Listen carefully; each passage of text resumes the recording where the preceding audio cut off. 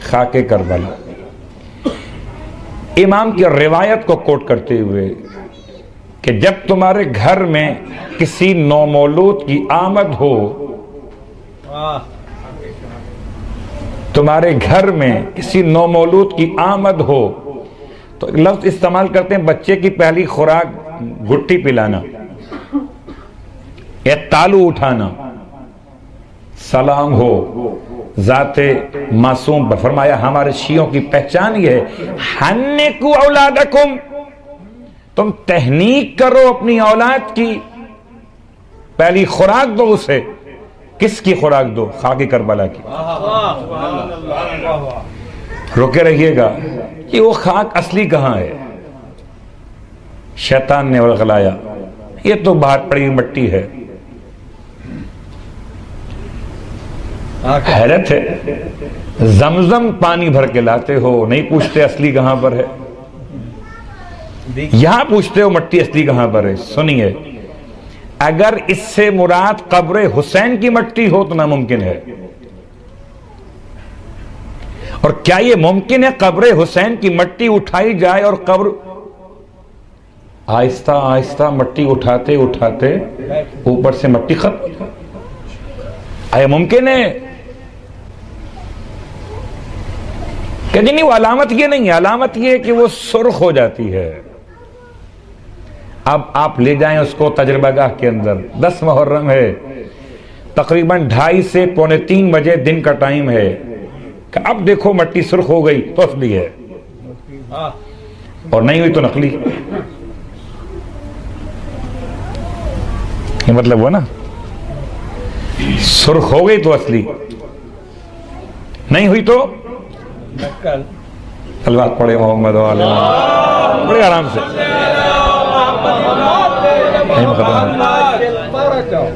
بات بہت طولانی ہو گئی، بات سمیٹ لیتا ہوں۔ مٹی کا سرخ ہو جانا اس کے اصلی یا نقلی ہونے کی علامت نہیں ہے، مٹی کا سرخ ہو جانا اس بات کی علامت ہے کہ اس میں 2 الگ الگ الفاظ ہیں، سرکار سید الشہداء کے خون کے اثرات باقی ہیں، یا یہ مٹی امام کی قبر سے اتنا قریب سے اٹھائی گئی ہے کہ قربت کی بنیاد پر وہ 40 دن تک جو آسمان سے خون برسا، یہ اتنا قریب ہے قبر حسین علیہ السلام سے مٹی کے اس قربت کی بنا پر اس میں اثرات ہیں کہ یہ وقت شہادت سرخ ہو جاتی ہے۔ حنکو اولادکم، اپنی اولاد کی تہنیک کرو، پہلی خوراک دو اسے۔ ڈسٹ ہے، مٹی ہے، جراثیم ہوں گے، لا حول ولا قوت الا باللہ، میڈیکل سائنس، مٹی۔ اب خیر وہ تفصیلات میں کہیں اور نکل گیا تو بات بہت طولانی ہو جائے گی۔ امام کو بتائیں، مولا آپ کو نہیں معلوم ہے شاید، مٹی تو نقصان دہ بچوں کے لیے، اسے بتاتے ہو جو نسلوں کو دیکھتا بھی اور جانتا بھی، اسے بتاتے ہو جو نفس انسان کا ایسا عالم جیسے نفس اس کے سامنے بنا، یقیناً سامنے بنا، اس کی برکت سے بنا، اس کی برکت سے بچا ہوا ہے۔ اگر اس کی برکت نہ ہوتی تو آج کوئی شخص دنیا میں باقی نہ ہوتا۔ جو آپ پڑھ رہے تھے نا قبلہ ڈاکٹر صاحب کہ ہٹ جائیں گر امام زمان درمیان سے، لاکھوں بلائیں ٹوٹ پڑیں آسمان سے، تو بلا ہے مٹی میں بھی، بلا ہے پانی میں بھی، اگر معرفت امام نہ ہو۔ اور اگر معرفت امام ہے تو خاک نہیں ہے، خاک شفا ہے۔ عجیب جملہ ہے، میں حیران ہوں۔ خاک دوا کہہ دیجئے کہ نہیں، دوا نہیں ہے۔ کیوں دوا نہیں ہے؟ اس لیے کہ دوا ہر مرض کی الگ الگ ہوتی ہے۔ سر میں تک درد ہو تو آپ گھٹنے کے درد کی دوا استعمال نہیں کر سکتے، کہ دونوں کا مقام الگ ہے، دونوں کے تقاضے الگ ہیں۔ اگر بی پی ہائی ہو جائے تو شوگر کی ٹیبلٹ آپ یوز نہیں کر سکتے، مرضی الگ الگ ہیں۔ اور پھر دوا استعمال کرتے ہیں جب کورس پورا ہو جائے، تب کہیں جا کر معلوم ہوتا ہے کہ فائدہ ہو رہا ہے یا نہیں ہو رہا۔ تیسرا جملہ، اللہ کے رسول کی روایت 1400 سال پہلے ارشاد فرمایا کوئی دوا ایسی نہیں، ڈاکٹر صاحب کوئی دوا ایسی نہیں ہے جو کسی نئی بیماری کو جنم نہ دیتی ہو۔ اب یا تو پیغمبر نے ویسے ہی فرما دیا ہوگا جو اڑتے پرندوں کے وجود میں حلال کو جانتا ہے، حرام کو پہچانتا ہے، جو پانی کی گہرائیوں میں حلال مچھلیوں کو بیان کرنے والا ہے، تو جس میں حیوان حلال میں کتنے اعضائے بدن حلال ہیں اور کتنے حرام ہیں اس کو جانتا ہو۔ اس مصطفیٰ کا فرمان ہے صلی اللہ علیہ وآلہ وسلم۔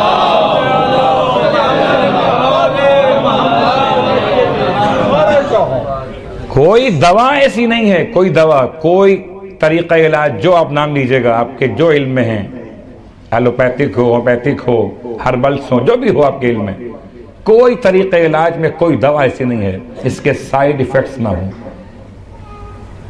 آج کی زبان نبی کہتے ہیں، اس لیے معصوم نے خاک کربلا کو خاک دوا نہیں کہا، خاک شفا کہا، کہ مرض میں اور دوا میں شفا کچھ دور رہتی ہے، کہ پہلے دوا ہو پھر وہ نظر کرم کرے شفا ہو جائے۔ یہاں دوا نہیں ہے، شفا ہے۔ اس کا مطلب ہے اب روایت معصوم کی کہ کیا اول دوا کے طور پر شفا کے نام سے خاک شفا دینی چاہیے؟ فَبَدَأً، امام فرماتے ہیں کہ جب تم کسی مریض کو خاک شفا دو تو تمام دوائیاں شروع کرنے سے پہلے، ایک روایت بھی ہے، لیکن بعض علماء نے اس کو تاکید کو محدود نہیں کیا ہے کہ آپ دوائیاں استعمال۔ مسئلہ کیا ہوتا ہے، ہم جب سب سے ہار جاتے ہیں کہ اچھا بھائی یہ دوا بھی سوٹ نہیں کرتی، اس سے فائدہ نہیں ہوتا، تو وہی حال ہوتا ہے جب کچھ نہ کر سکے۔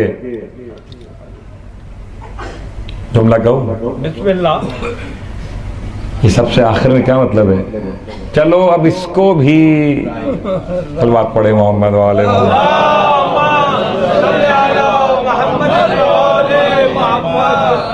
لوجک تو نہیں ہے کوئی، یہ مٹی ہے، وہ مٹی مٹی ہے، کتنی قیمتی کیوں نہ وہ مٹی سونا نہیں بن سکتی، اور سونا کتنا سستا کیوں نہ وہ مٹی نہیں بن سکتا۔ یہ مادیات کی باتیں قبلہ، معنویات کی نہیں ہیں۔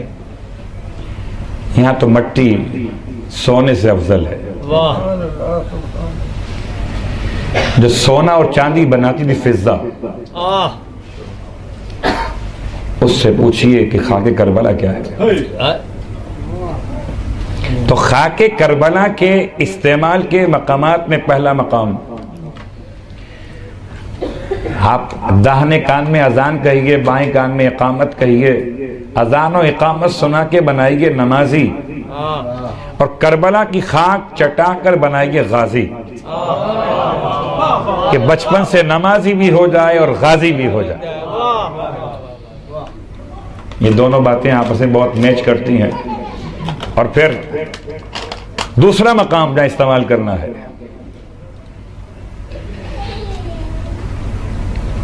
ایک شخص نے امام کی بارگاہ میں سوال کیا تھا، مولا مجھے حکومت کے مظالم سے بہت خوف ہے، کیا خاک کربلا امن کی علامت بن سکتی ہے؟ کیا میں اگر اپنے ساتھ حاکم ظلم و جور کے دربار میں اس کے سامنے جاؤں یا اس کے معاملات سے میرا گزر ہو تو میری تحفظ کی علامت کیا ہوگی؟ فرمایا بے شک اس میں کوئی شک نہیں کہ علامت امن ہے خاک کربلا، اپنے ساتھ رکھ لو تو میں کوئی شر باطل کا نقصان نہیں پہنچا سکتا۔ اس کے بعد سنیں، مشکل ترین وقت معصوم قم کا روزہ، اور ایک ایسی خاتون جو انتہائی گناہگار ہے، اس کے گناہوں کو بیان کرنا مقصود نہیں ہے، لیکن واقعہ سمجھانا مقصود ہے۔ انتہائی گناہگار ہے، اور اس نے اپنے نجس ہاتھوں سے، کہہ لیجئے نجس ہاتھوں سے اس نے معصوم قوم کی جالی کو پکڑ لیا، تھام لیا، اور خدا نے کچھ دکھانا مقصود تھا عبرت کے لیے۔ اس کے ہاتھ وہاں پر ایسے آ کر رک گئے جیسے چپک کے رہ گئے ہوں۔ ایک شور مچ گیا، خواتین سے بات باہر مردوں میں آئی ہے، بڑی دعائیں، دعائے توسل، زیارت کا ورد، دعا زیارت عاشورہ اعلان کہ بی بی رحم کریں اس پر، یہ خاتون نے کیا ایسا کیا ہے۔ آخر یہ بات آغائے بہجت تک پہنچائی گئی۔ آپ سے پوچھا گیا آپ بتائیے کیا کریں؟ فرمایا تھوڑی سی خاک کربلا لو، پانی میں ملاؤ اور ملا کر اس کے ہاتھوں پہ ڈال دو۔ کہ خاک کربلا ایک ایسی خاک ہے کہ جو ہر مشکل کا حل بھی ہے۔ جیسے ہی ڈالا گیا اس کے ہاتھ زری سے جدا ہو گئے۔ اب چونکہ بات جب اس حد تک آ پہنچی ہے تو میں اس کو آسان کرتے ہوئے مکمل کر لوں، آج کی حد تک باقی بات انشاءاللہ کر لوں گی۔ سوچ کے تو آیا تھا کہ آج گواہی کی بات کو لا کر فرات پہ پہنچاؤں گا، لیکن بہرحال وقت ختم ہو رہا ہے۔ خاک کربلا کن مقامات پہ استعمال کرنی چاہیے؟ پہلا مقام پیدائش کے وقت میں، دوسرا مقام جب مشکلات ہوں، کسی دشمن سے مقابلہ ہو، تیسرا مقام جب کبھی انسان سفر کے لیے آمادہ ہو۔ ہمارے مدرسے کے نگران تھے، شہید کر دیے گئے، وہ کہتے تھے کہ جب کبھی گھر سے نکلو تو صرف دو جملے کو، السلام علیکہ یا ابا عبداللہ، السلام علیکہ یا ابن رسول اللہ۔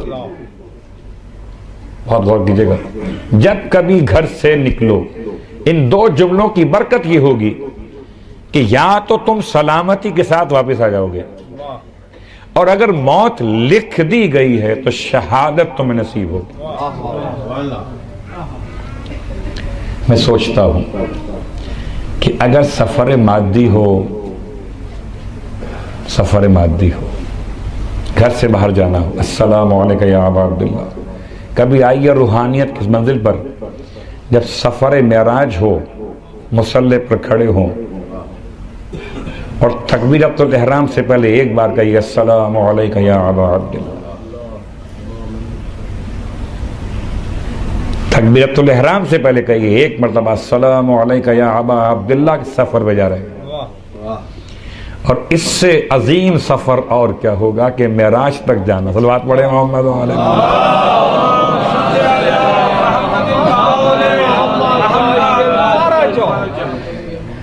تو سفر کربلا اپنے مقام پر، ہر سفر کے لیے خاک کربلا۔ خاک کربلا کا استعمال سجدگاہ کے طور پر بھی، بیمار کو شفا یابی کے لیے، اور امام فرماتے ہیں حرام ہے شفا کے علاوہ کسی اور ارادے سے خاک کربلا کھانا ایسے ہے جیسے ہمارا گوشت کھا لیا ہو۔ اس کا مطلب کیا ہوا؟ دو جملے فقہا نے بیان کیے، خاک کربلا کا احترام واجب ہے، مستحب نہیں۔ خاک کربلا کی توہین حرام ہے، مکروہ نہیں۔ امام کے اپنے الفاظ، اتنے سخت الفاظ، شفا کی نیت کے بغیر ایسے ہی انجوائے کرنے کے لیے چلو ثواب مل جائے گا، نہیں، حرام ہے۔ اور اتنا بڑا جملہ امام کا، فرمایا جیسے ہمارا گوشت کھا لیا۔ اور بس عزیزو، خاک کربلا ہے، ایک ایسا شخص ہے جس نے وصیت کی ہے کہ مجھے نجف میں مولا کے جوار میں دفن کیا جائے۔ باقی باتیں کر میں چھوڑتا ہوں۔ آج کی حد تک بات مکمل کرتا ہوں۔ یہ رہنے والا کہاں؟ بصرہ کا ہے۔ بصرہ میں اس نے اپنے اعزہ سے وصیت کی، مجھے نجف میں مولا کے جوار میں دفن کیا۔ انتقال ہو گیا، ورثہ میت کو لے کے چلے، امام حالت خواب میں اپنے خداموں کے پاس پہنچے، فرمایا خبردار بصرہ سے آنے والے تاجر کی میت کو میرے حرم میں دفن ہونے کی اجازت نہ دینا، وہ یہاں کا اہل نہیں ہے۔ اللہ اکبر، سمعا وطاعتا، خدام کہتے ہیں مولا ہم حاضر ہیں، اس کو یہ دفن نہیں ہونے دیں گے۔ لیکن وہ میت نہیں آ سکی، تاخیر ہو گئی، اور اب امام پھر خواب میں آئے، خداموں سے کہتے ہیں ہم نے جو منع کیا تھا اس میت کے لیے، اب ہم تم سے کہتے ہیں اگر وہ اب میت آئے تو اسے میرے حرم میں احترام کے ساتھ دفن کر دینا۔ اور کسی کی ہمت نہیں امام سے پوچھے، خداموں نے پوچھ لیا مولا سے، مولا غلاموں کا سوال ہے، ایسی کیا بات ہو گئی ہے کہ 2 دن پہلے آپ منع کر رہے تھے، آج کہتے ہیں دفن کر دیں؟ فرمایا کہ اسے اس کے لواحقین جب لے کے چلے تو راستہ جو اختیار کیا وہ اختیار کیا جو کربلا سے نجف آتا ہے، اور اس کی جب میت کو کربلا سے گزارا گیا تو کربلا کی مٹی دھول جو ہوا سے اڑ رہی تھی وہ اس کے کفن میں گر گئی، اور خدا کو یہ بات کیسے قبول ہو، اس کی رحمت کو جوش ہوا کہ اگر کربلا کی مٹی کفن پہ پڑی ہوئی ہے تو اس کے وہ سارے گناہ بخش دیے جو خدا سے معاملہ سے متعلق تھے۔ اب اس قابل ہو گیا کہ میرے حرم میں دفن کیا جائے۔ خاک کربلا، یہ مٹی جو ہوا میں اڑ رہی ہے یہ خاک کربلا ہے، یہ ڈسٹ نہیں ہے اس معنی میں، ورنہ آنکھوں میں مٹی چلی جائے تو آنکھیں خراب ہو جاتی ہیں، اور ایک نہیں کئی واقعات ہیں کہ آنکھیں ٹھیک ہوئی ہیں اس مٹی کے آنکھوں میں جانے سے۔